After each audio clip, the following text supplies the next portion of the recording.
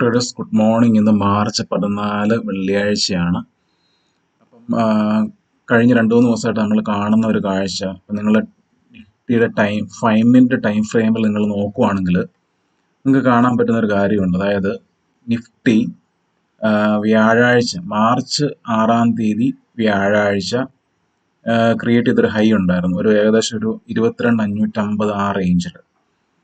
അതിനുശേഷം വെള്ളിയാഴ്ച അതിന് മുകളിൽ ഓപ്പൺ ചെയ്തിട്ട് വീണ്ടും ഏകദേശം ആ ലെവലിൽ തന്നെ നിങ്ങൾക്കിവിടെ കാണാൻ പറ്റും. അതായത് ഏകദേശം ആ ലെവലിൽ തന്നെ നിഫ്റ്റി ക്ലോസ് ചെയ്തു. ഈ ലെവലിൽ ജസ്റ്റ് ഞാൻ ആ ലെവൽ ഒന്ന് മാർക്ക് ചെയ്യാം. അപ്പം ഇവിടെ ക്ലോസ് ചെയ്തു വ്യാഴാഴ്ച. അത് കഴിഞ്ഞിട്ട് വെള്ളിയാഴ്ച ആ ലെവലിൽ തന്നെ വീണ്ടും, അതായത് അതിന് മുകളിലോട്ട് പോകാൻ നോക്കിയെങ്കിലും വീണ്ടും അവിടെ വന്ന് ക്ലോസ് ചെയ്തു.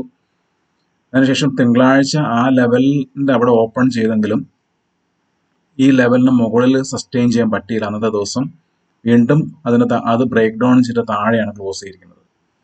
അതിനുശേഷം ചൊവ്വാഴ്ചത്തെ പ്രൈസ് ആക്ഷൻ ഗ്യാപ്പ് ഡൗൺ ആയിട്ട് ഓപ്പൺ ചെയ്ത് വീണ്ടും കയറി വന്നു. ഏകദേശം 22,520 അവിടെ ക്ലോസ് ചെയ്തു. അതായത് ഈ ലെവലിലോട്ട് വന്നപ്പോഴത്തേനും വീണ്ടും സംഭവിച്ചത് എന്താണെന്ന് നിങ്ങൾ മനസ്സിലാക്കണം. അതായത് വീണ്ടും അതിന് മുകളിൽ, അതായത് 22,537 22,550 മുകളിലോട്ട് പോയി. അവിടെ നിന്ന് വീണ്ടും ഫർദർ സെല്ലിങ് വന്നു. അപ്പം ഈ ഒരു പ്രൈസ് ആക്ഷൻ നിങ്ങൾ മനസ്സിലാക്കിയിരിക്കുക. വീണ്ടും ആ ലെവലിൽ നിന്ന് സെല്ലിങ് വന്നു. അപ്പം ചുരുക്കം പറഞ്ഞാൽ ഇപ്പം നിഫ്റ്റി ഒരു സ്ട്രഗിൾ ചെയ്യുന്ന ലെവലാണെന്നുള്ളത് നിങ്ങൾ മനസ്സിലാക്കിക്കോളൂ. അതായത് ഈ ഒരു ലെവൽ, അതായത് 22,540 550 എന്ന് പറഞ്ഞ ലെവല്, നിഫ്റ്റി ഈ ഒരു ലെവലിന് മുകളിൽ ക്ലോസ് ചെയ്യാൻ നിഫ്റ്റി സ്ട്രഗിൾ ചെയ്യുന്നു. അപ്പം ഈ ഒരു ലെവൽ നിങ്ങൾ ഇമ്പോർട്ടൻ്റ് ആയിട്ട് നിങ്ങൾ മാർക്ക് ചെയ്തിരിക്കണം. ഇന്നലെയും സംഭവിച്ചത്, അതായത് ഇന്നലെ നിഫ്റ്റി വ്യാഴാഴ്ച ദിവസം എക്സ്പയറി ഡേയിൽ നിങ്ങൾക്ക് ഇവിടെ കാണാൻ പറ്റും. അതായത് നിഫ്റ്റി എക്സാക്ട്ലി ഇന്നലെ ഈ ഒരു ലെവലിന് മുകളിൽ ഓപ്പൺ ചെയ്യാൻ നോക്കി. അതായത് ഓപ്പൺ ഈസിക്കൽ ടു ഹൈ ആയിരുന്നു ഇന്നലത്തെ ഓപ്പണിംഗ് എന്ന് പറയുന്നത്. ആ ലെവൽ വീണ്ടും ടച്ച് ചെയ്തെങ്കിലും ആ ലെവൽ ഇന്നലെ നിഫ്റ്റിക്ക് ബ്രേക്ക് ചെയ്യാൻ പറ്റിയില്ല. അപ്പം ഇപ്പം ആസ് ഓഫ് നോ 22,530 22,550 ഈ ഒരു റേഞ്ച് എന്ന് പറയുന്നത് നിഫ്റ്റിക്ക് ഒരു വലിയൊരു ഹഡിലായിട്ട് നിൽക്കുക. അപ്പോൾ വൺസ് നിഫ്റ്റിക്ക് ഇതിന് മുകളിൽ ഒരു ഡെയിലി ടൈം ഫ്രെയിമിൽ ക്യാൻഡിൽ ക്ലോസ് ചെയ്യാതെ ഇനി നിഫ്റ്റിക്ക് ഈ ഒരു മുകളിലോട്ടുള്ള ഒരു ജേർണി പാടായിരിക്കും. അപ്പോൾ അതുകൊണ്ട് നിങ്ങളുടെ ചാർട്ടിൽ നിങ്ങൾ ഈ ഒരു ലെവല് നിങ്ങളുടെ മനസ്സിലുണ്ടായിരിക്കണം. 22,550 എന്നുള്ളൊരു ലെവല് നിങ്ങളുടെ മനസ്സിലുണ്ടായിരിക്കണം. ഈ ലെവലിന് മുകളിൽ ഡെയിലി ടൈം ഫ്രെയിമിൽ ഒരു ക്യാൻഡിൽ ക്ലോസിങ് നടക്കാതെ നിഫ്റ്റിക്ക് നമ്മളൊരു ഇനിയൊരു അപ്വേർഡ് മൂവ്മെന്റ് ഇച്ചിരി പാടായിരിക്കും എന്ന് എനിക്ക് തോന്നുന്നു. ഇന്നലത്തെ പ്രൈസ് ആക്ഷൻ നമുക്ക് നോക്കാം. ഇന്നലത്തെ 5 മിനിറ്റ് ചാർട്ടിൽ നിഫ്റ്റിയുടെ നമുക്ക് നോക്കാം. നമ്മൾ നോക്കിയാൽ നമുക്ക് കാണാൻ പറ്റുന്ന ഒരു കാര്യം വെച്ച് കഴിഞ്ഞാൽ, നിഫ്റ്റി ഇന്നലെ ഈ ഒരു സപ്പോർട്ട്, അതായത് ഇന്നലത്തെ ഒരു സപ്പോർട്ട് ഒരു റെസിസ്റ്റൻസ് ആയിട്ട് മാറി. അത് നിങ്ങൾക്ക് ഇവിടെ കാണാൻ പറ്റും. മോർണിംഗിൽ ഒരു ഗ്യാപ്പ് അപ്പ് ആയിട്ട് ഓപ്പൺ ചെയ്തു. ഈ ലെവലിൽ കുറച്ചു നേരം സപ്പോർട്ട് എടുത്ത് നിന്നിട്ട് മുകളിലോട്ട് പോയി. ഓപ്പൺ ഈസിക്കൽ ടു ഹൈ ആ ലെവൽ വന്നപ്പോഴത്തേന് കറക്റ്റ് അവിടെ നിന്ന് റിജക്ഷൻ വന്നു. ഇവിടുന്ന് റിജക്ഷൻ വന്നു. അതിനുശേഷം ഈ ഒരു സപ്പോർട്ടിനെ ബ്രേക്ക് ഡൗൺ ചെയ്തു. അതിനുശേഷം വീണ്ടും ആ ലെവൽ വന്നപ്പോഴത്തേനും അത് കൃത്യം റെസിസ്റ്റൻസ് ആയിട്ട് മാറി.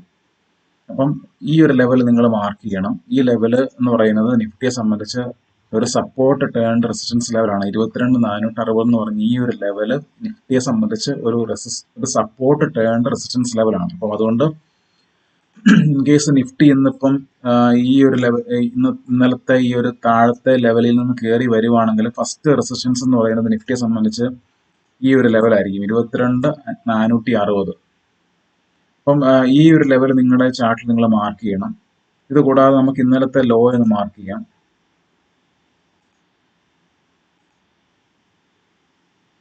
അപ്പം ഇന്നലത്തെ ലോ തന്നെയാണ് ഇന്നലത്തെ ക്ലോസിംഗ് എന്ന് പറയുന്നത്. അപ്പം അതുകൊണ്ട് നിങ്ങൾക്ക് ഇവിടെ കഴിഞ്ഞ ദിവസം, അതായത്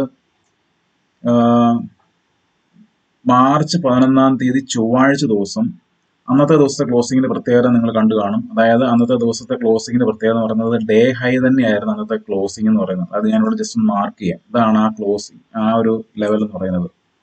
അന്നത്തെ ഡേ ഹൈയിലാണ് അത് മാർക്കറ്റ് ക്ലോസ് ചെയ്തിരിക്കുന്നത്.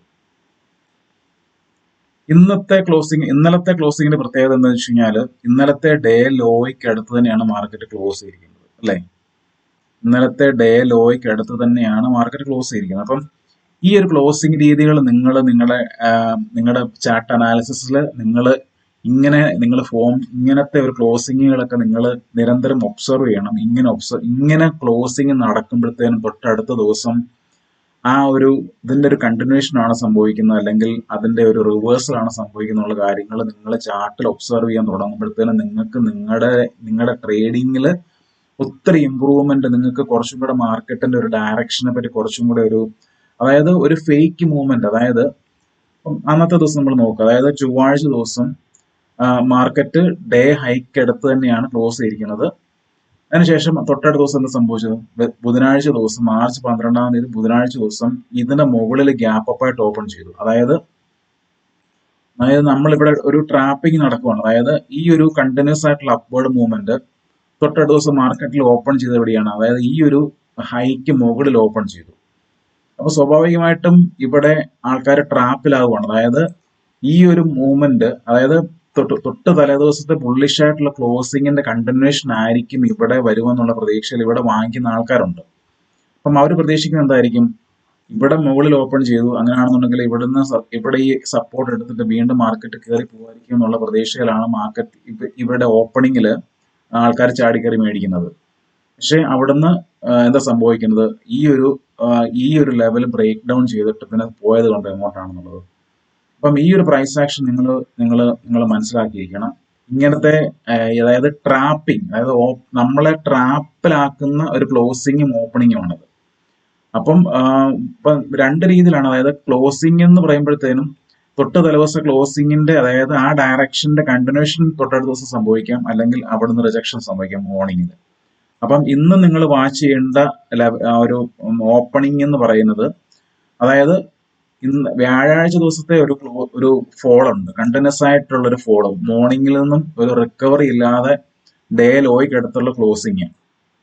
അപ്പം ഇവിടുത്തെ പോലെ തന്നെ തിരിച്ച് സംഭവിക്കുകയാണെങ്കിൽ, അതായത് ഇന്ന് ഇപ്പം ഈ സെല്ലേഴ്സിനെ ട്രാപ്പ് ചെയ്യുന്ന ഒരു ഓപ്പണിംഗ് ആണെന്ന് സംഭവിക്കുന്നെങ്കിൽ, അതായത് ഇതിന് താഴെ ഓപ്പൺ ചെയ്തിട്ട് ഇവിടം വരെ വന്നിട്ട് വീണ്ടും ഈ PDL ബ്രേക്ക് ഔട്ട് ചെയ്തിട്ട് ഇവിടുന്ന് കയറി പോകാൻ ഉള്ള ഒരു സാധ്യതയാണ് ഇന്ന് കൂടുതലും. അതായത് ഒരു ബിയർ ട്രാപ്പ് എന്ന് പറയും നമ്മളിതിനെ.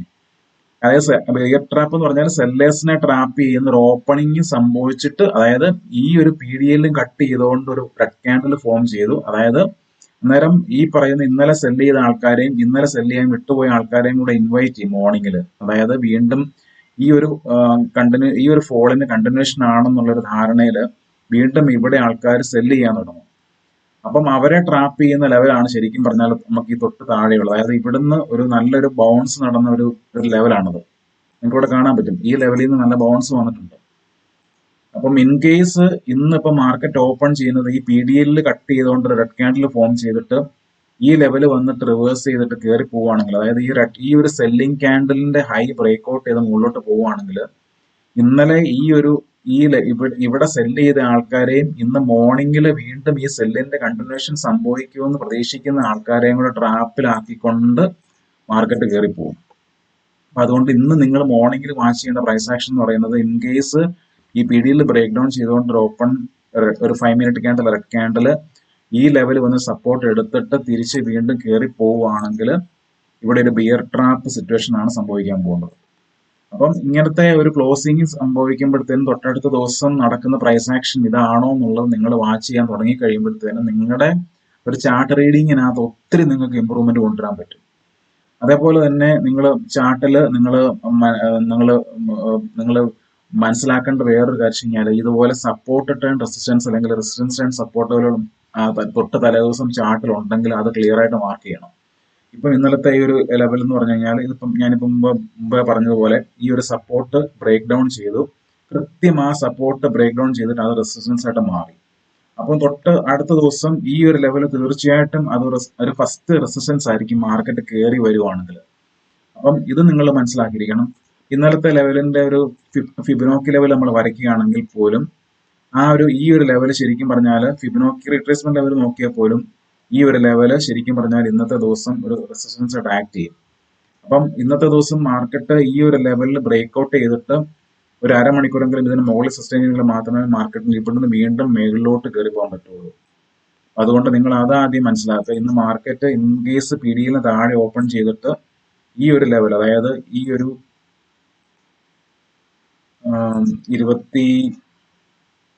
22,331 പറഞ്ഞ ഈ ലെവലിൽ സപ്പോർട്ട് എടുത്തിട്ട് മേലോട്ട് കയറിയെങ്കിൽ മാത്രമേ ഈ ഒരു ഇന്നലത്തെ ഒരു ഡൗൺഫോൾ റിവേഴ്സ് ആവത്തുള്ളൂ.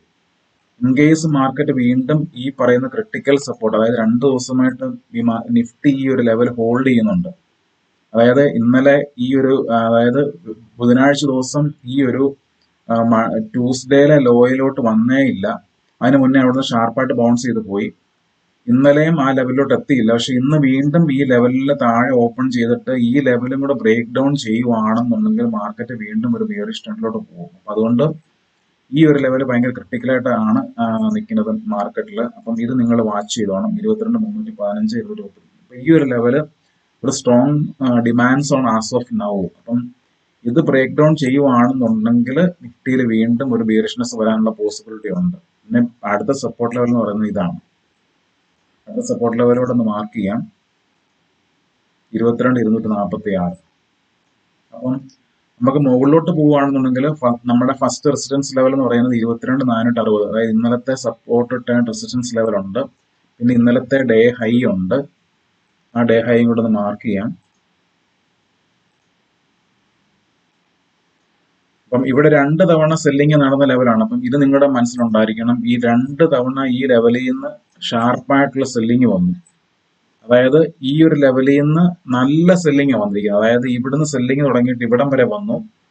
വീണ്ടും ഇന്നലെ വ്യാഴാഴ്ച ദിവസം ഓപ്പണിങ് കൃത്യം അവിടെ നടന്നിട്ട് അവിടെ നിന്ന് ഒരു സെല്ലിങ് നടന്നു. വീണ്ടും അവിടെ വന്നപ്പോഴത്തേനും വീണ്ടും സ്ട്രോങ് ആയിട്ടുള്ളൊരു സെല്ലിങ് നടന്നിട്ട് വീണ്ടും ഈ സപ്പോർട്ട് ലെവലിനും ബ്രേക്ക് ചെയ്താണ് താഴോട്ട് പോയത്. അപ്പൊ അതുകൊണ്ട് നിങ്ങൾ മനസ്സിലാക്കേണ്ടതാണ്, ഈ ഒരു ലെവൽ എന്ന് പറയുന്നത് സ്ട്രോങ് ആയിട്ട് സെല്ലേഴ്സ് ആക്റ്റീവ് ആയിട്ടുള്ള ലെവലാണ്. അപ്പൊ അതുകൊണ്ട് ഇൻ കേസ് നിങ്ങളൊരു കോൾ ഓപ്ഷൻ മേടിച്ചിട്ട് ഇതിന് മുകളിലോട്ടൊക്കെ പോവുകയാണെന്നുണ്ടെങ്കിൽ തീർച്ചയായിട്ടും ഈ ഒരു PDH നിങ്ങൾ മസ്റ്റായിട്ട് നിങ്ങളുടെ പ്രോഫിറ്റുകൾ ബുക്ക് ചെയ്ത് മാറിയിരിക്കണം. കാരണം വെച്ചാൽ മുകളിലോട്ട് പോകുമ്പോഴത്തേനും ഇപ്പം നല്ല രീതിയിൽ സെല്ലിങ് ഈ ഒരു റീജിയനകത്ത് വരുന്നുണ്ട്. അപ്പൊ അതുകൊണ്ട് ഈ ഒരു കാര്യം നിങ്ങളുടെ മനസ്സിലുണ്ടായിരിക്കണം. Okay, thank you.